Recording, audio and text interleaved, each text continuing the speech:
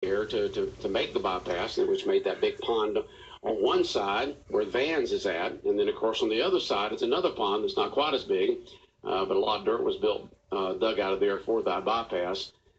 Because of that particular time, we didn't have an interstate that came down through here to the state of Georgia. And they're trying to move some of that traffic on 301 from downtown to go around the town. A lot of them are on, Swainsboro did that. Several other towns up 301 did that because it just clogged up downtown.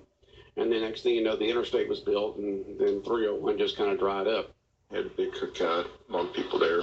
So just appreciate the invite. It was a good fireworks show last night. Yeah.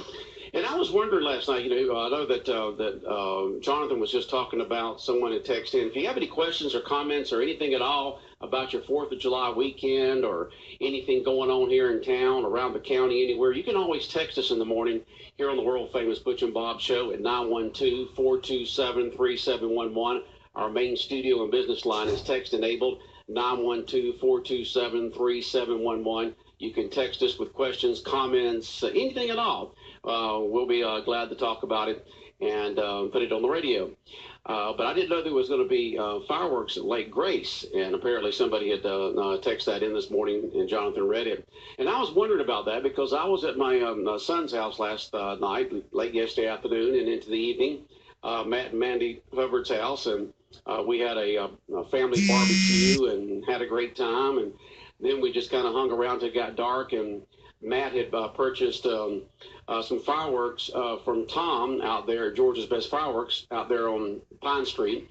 And we had a great little fireworks show there in the backyard. And then I left. And so around, I don't know, around 10 o'clock, 10 to 10:30 or so, it was somewhere along in there, I was driving out Highway 203 to Kayville. And all these cars were coming down. There's never that many cars on 203 that time of night. And I'm thinking something has had to happen down here because there's never this many cars on Highway 203 coming into town between 10 and 10:30 at night. And I said, there's got to have been some fireworks out here somewhere. I didn't know where. I don't know if it was, if it was somewhere out in the county or it was Alma or wherever it may be. But now I know everybody was out at Lake Grace, a lot of folks, and they were coming in back into town from Lake Grace. But absolutely fantastic. And as y'all talked about, and I texted in to Jonathan this morning, I'm a very proud brand new granddaddy. My 4th grandson was born this morning at 5:53 at Wayne Memorial Hospital, Matthew Miles Hubbard, and they will call him Miles. And the mom and baby are doing fine. We're still kind of out on dad, but he was born this morning at 5:53. 7 pounds, 14 ounces at Wayne Memorial Hospital. And it was so interesting. I was talking to Mandy yesterday, and she hadn't dilated any. She didn't feel like she was, going to, she was due Friday week, and not 2 days from now, but next Friday is when she was actually due. And she said that, she said, I ain't dilated yet. I don't know when I'm going to have this kid. And next thing you know, the water broke last night just after midnight, and Miles was born this morning at 5:53. So when I get off the air at 9 o'clock, I'll be heading up to Wayne Memorial Hospital to see my new grandson. And 4th grandson, you got Maddox and Mason and Maxton and now Miles. And just proud granddaddy. Congrats again to the parents. I said, 4th one, I told them they had one more. They had the whole infield. Say that again? I said, I told Matt they had one more. They had to get one more. They had the whole infield. Or a basketball team. The whole infield or a basketball team. Yeah, they were hoping this one would be a girl, but now it's 4 sons. And so just congratulations to Matt and Mandy this morning. And, luckily, my niece from Aiken, South Carolina, who's 25 years old, she happened to be in town spending time with my dad and his wife, Mary. And last night after the fireworks, she had brought her nephew into town, her sister's son, Bryson, and which is about the same age as Maddox and Mason, in that age group of around 6 years old. and I think he's 5 or 6, somewhere along in there. So all the boys were playing, all 3 boys, my 3 grandsons and Bryson and so forth were playing. But Michelle decided to spend the night with them last night because Bryson was having so much fun with his cousins. And so she spent the night last night, which was lucky because when Mandy's water broke last night around after 12 o'clock, they already had a built-in babysitter right there because Michelle was already there. And so they didn't have to call a grandparent and say, come in and watch the kids in the middle of the night. So it worked out great that my niece from Aiken, South Carolina, my sister's daughter, one of her daughters, came in, was right here. So that worked out really good. All right, some text messages coming in here. Said, wonderful time, food, fun, and fireworks show in Scriven Saturday. They always put on a fantastic show. And is the barbecue place by the pond house still open? Yes. Okay, it's still open. I think so. I'm not sure. Yeah, it's still open. The last time I went by there, it looked open to me. Yeah. So, and a lot of different fireworks around. And if you were in town, there was folks blowing off fireworks all over the place. I remember going down Sunset and you could see these beautiful fireworks going off at the country club. And of course, Matt had put in some decent money into his fireworks, and they look really good in the backyard. And you could just hear them all around town. That's booming here, popping there. And it's not too bad when it's on the 4th, but from some folks I've talked to, it started last Friday. And somebody's been firing fireworks off in the air for Friday, Saturday, Sunday, Monday, Tuesday, 5 days in a row. So here's when people in town who might not got as much sleep in the last 5 nights. Oh, so it's not too bad when it's one night, but when it's 5 nights in a row, people start saying, oh, boy, why do they pass that law? There was a big crowd in Scriven on Saturday, July 1st. I said that was a good fireworks show. I thoroughly enjoyed that. So saw a lot of people there. I said they had the color guard, had the music. So the patriotic music, it added to the fireworks show. So if you got close enough to the park to hear the music, thought it added to it. So it was just another good show. And a lot of people showed up. Got out there pretty good. Again, hats off to law enforcement.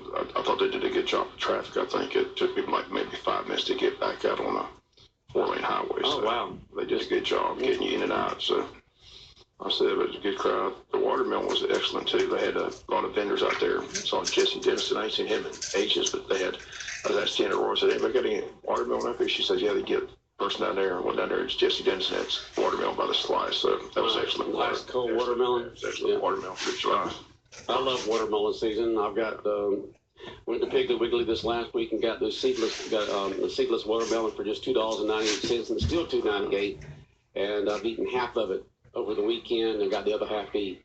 If Calvin Anderson's listening, I went to the farmer's market and got my watermelon and peaches, both excellent. So the farmer's market still doing well, but I got a watermelon from Calvin and ate most of that over the weekend. So yeah. Still had some of it still left, but that's a delicious watermelon. So it's good because it's 98% water, which means it hydrates you. It's got some good vitamins and other type of minerals in it. It's healthy. So watermelon, a very healthy item to eat. Those peaches were delicious too. So I had to go back Saturday to get some more. So but the farmer's market was booming Saturday when I went by that morning. Got my stuff. So had a good, like I said, had a good 4. Got a lot done. Got to play golf Saturday. And I said, saw some movies. Went to several events. So it was just a good 4-day holiday. So you said you went to the beach. Did you go down to Fernandina? I went to Jekyll last Friday. Okay. Just spent the day down on Jekyll Friday. So had a good time down there. I know we'll be heading to Jekyll. Finally got to go to those shops. So I've never taken time. Yeah. So after I laid on the beach several hours, I decided to go check out all those shops that are built down there for the Westin Motel and all that. But that's a very nice area, a lot of nice shops. So did some shopping in there. So I was amazed how many shops are in that area. So it's a real nice area. Well, it was a real good idea to refurbish and renew Jekyll. Yeah, it's nice. It's very nice down there. But that Westin Motel looked like it was booming. So I don't know what they charge tonight, but probably out of my price range. Yeah. Yeah, luckily we live close enough now. We can go there and then come back. But the shops look nice. But like I said, did did some shopping in there, had a good time. So then I went to the Crab Trap on St. Simon's, met some people, went ate dinner, came back.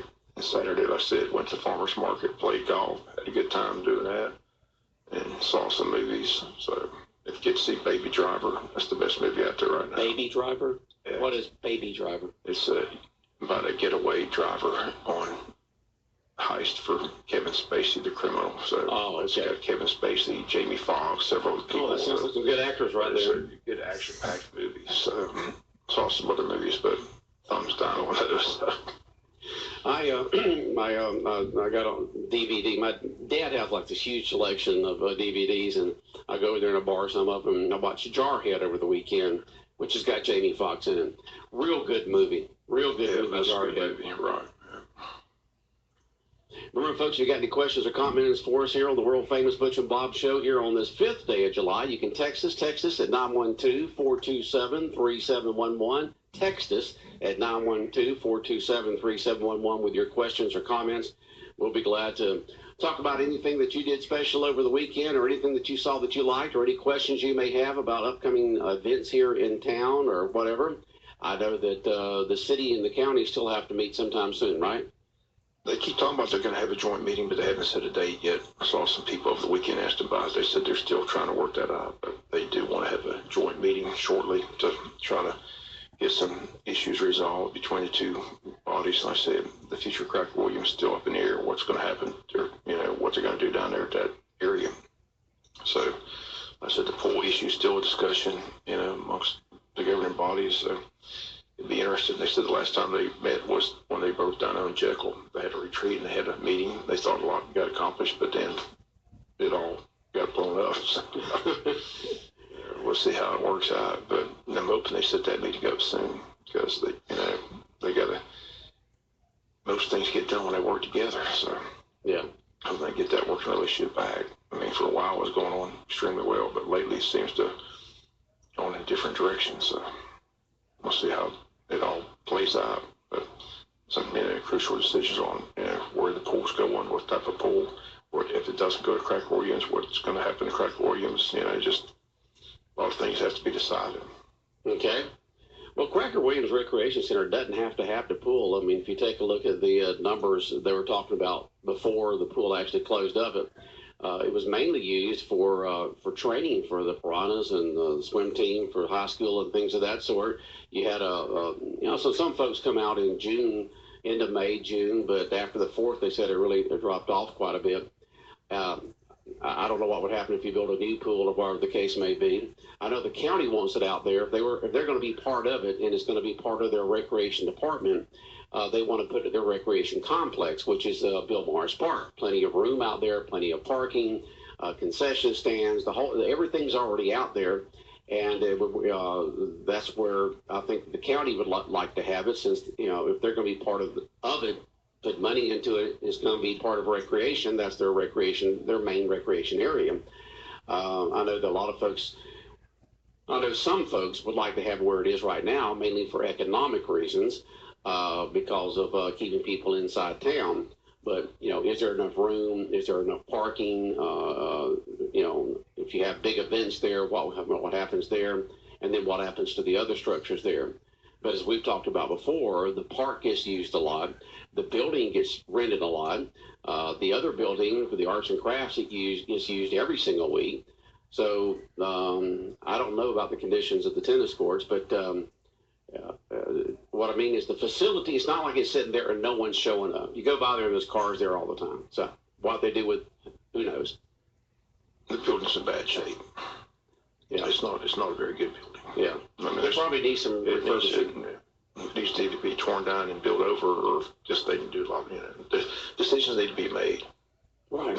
So they need to get together and decide where we're going, what we're doing. Okay. The sooner they meet, the sooner those decisions are made, the sooner everybody can move forward. That's right. Going. So hopefully that'll take place in the not too dear distant future. Okay. Well, as we always say, it's always about the money. So they got to have the money to build a new pool. If the county wants to be part of it, they want it out there, the recreation area at Bill Morris Park, but they have to come up with the money. Some of the folks in the city like to still have it in the city for economic reasons.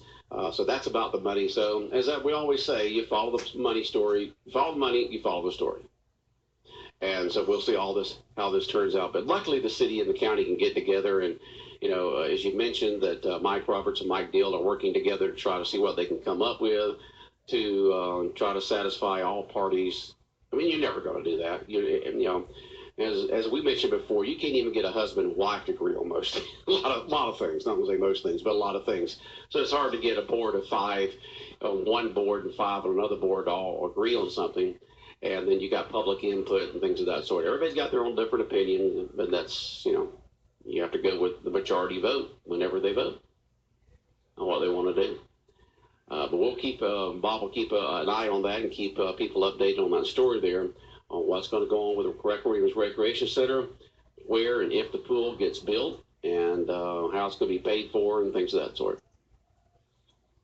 But it is exciting. Let's talk about something positive here. It is exciting that there is going to be a track built there at Wayne County High School there in the practice fields where the football team is, and built there, I guess, toward the backside over there, toward the woods area. And it's going to be great to have a first-class track facility here in Jessup, in Wayne County. Something that's been needed for sure. It's been needed, and I'm glad to see the school board step forward and use that flip of money to say, hey, let's build a first-class track facility. We'll have a nice track that you can hold events at and bring track events back to Wayne County. Speaking of tracks, I had to check with the school superintendent to find out where we're at on the resurfacing the one at JC Stadium, because they said they're going to come in and redo it, and hopefully they will before football season, because if it stays in the current condition is by August 25th, it's going to be an ugly sight when people come in to watch a football game, because that track's a disaster at this point.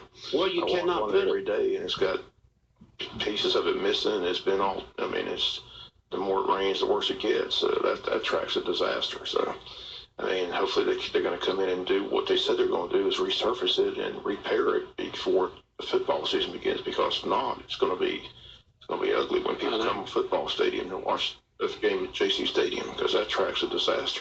Oh, we talked about that when they resurfaced it with that nice track surface where it's a little bit softer, easier in the joints and bone, but it's not a good track to have a lot of walking on, like at football games. You cannot have that kind of foot traffic on a track like that. You can't put vehicles on it. The old days, before it was resurfaced, you had that hard asphalt. You could walk on it to the end of the world, and, you could just fill in the potholes. You could drive on it.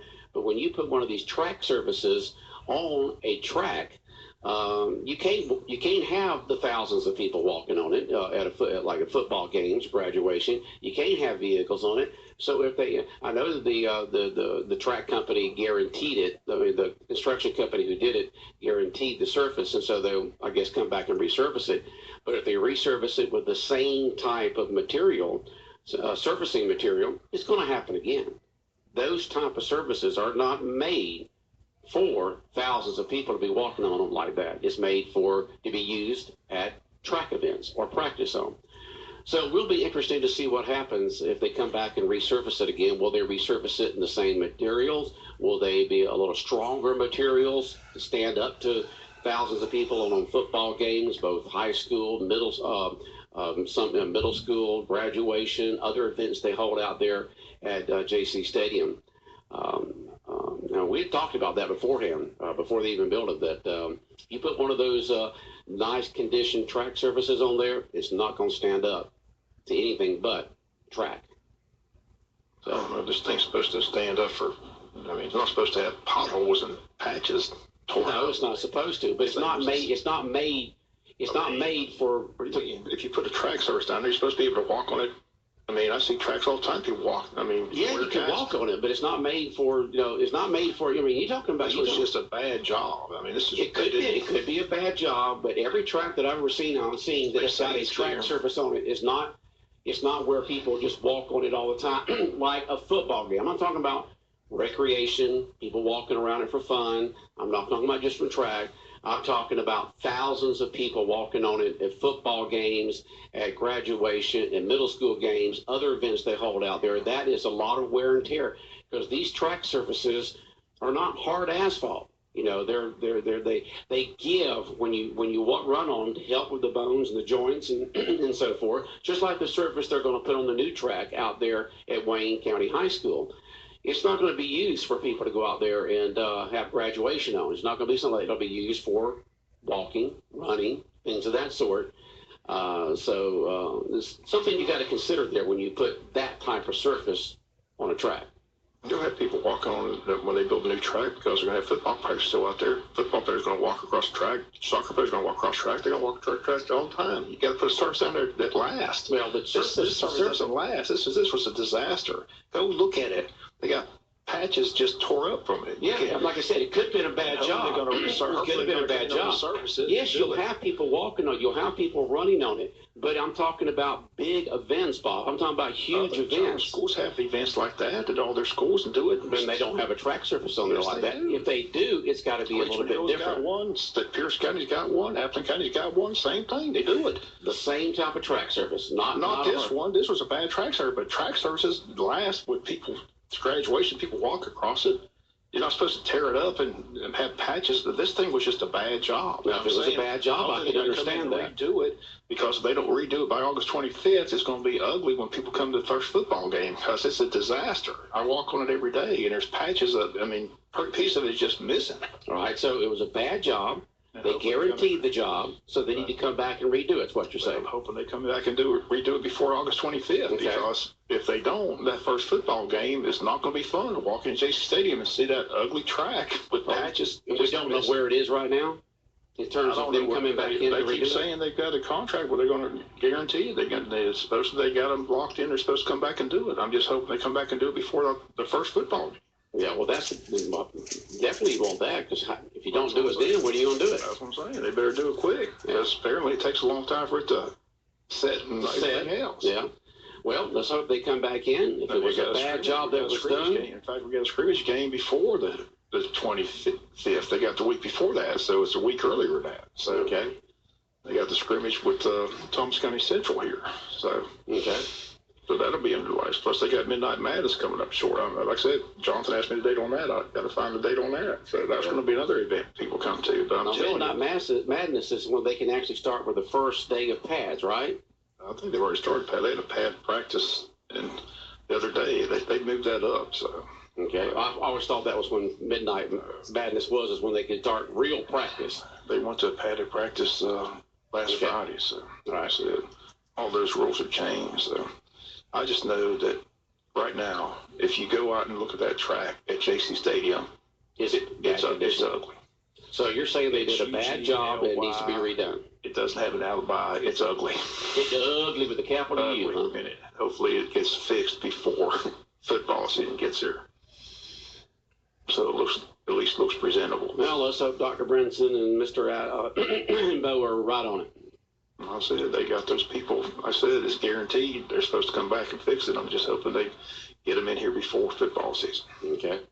Well, let's hope they do it. If not, people. It's ugly. I'm telling you. It's ugly. I walk on it every afternoon. There's pieces missing everywhere. And the more it rains, the more pieces become missing. I wonder what if it was a reputable company. I wonder what happened. Why didn't they put it down where if you're going to guarantee a job, you think they would say, hey, let's do the job right. So we don't want to have to come back in and spend all that money to have to resurface. I said last time I talked to Jay, I said in his interview, he said that they definitely have a guarantee where they're going to come in and fix it. So hopefully hopefully they're going to get on that and get it fixed before people start arriving at JC Stadium to watch football games. Because it'll be an embarrassment when teams from out of town come in and say, my gosh, what is this? It's a bad track. Okay. All right, here's someone just texted in and said the problem was the bonding adhesive did not adhere to the existing surface. So the asphalt was down there that had been there for many, many, many years, and it was cracking here and cracking there and breaking off toward especially the insides and outsides of the track. So the problem was the bonding adhesive did not adhere to the existing surface. Well, you think the company who put that down would say, oh, this is asphalt. This is the bonding adhesive that we need to use to make sure it doesn't fall apart.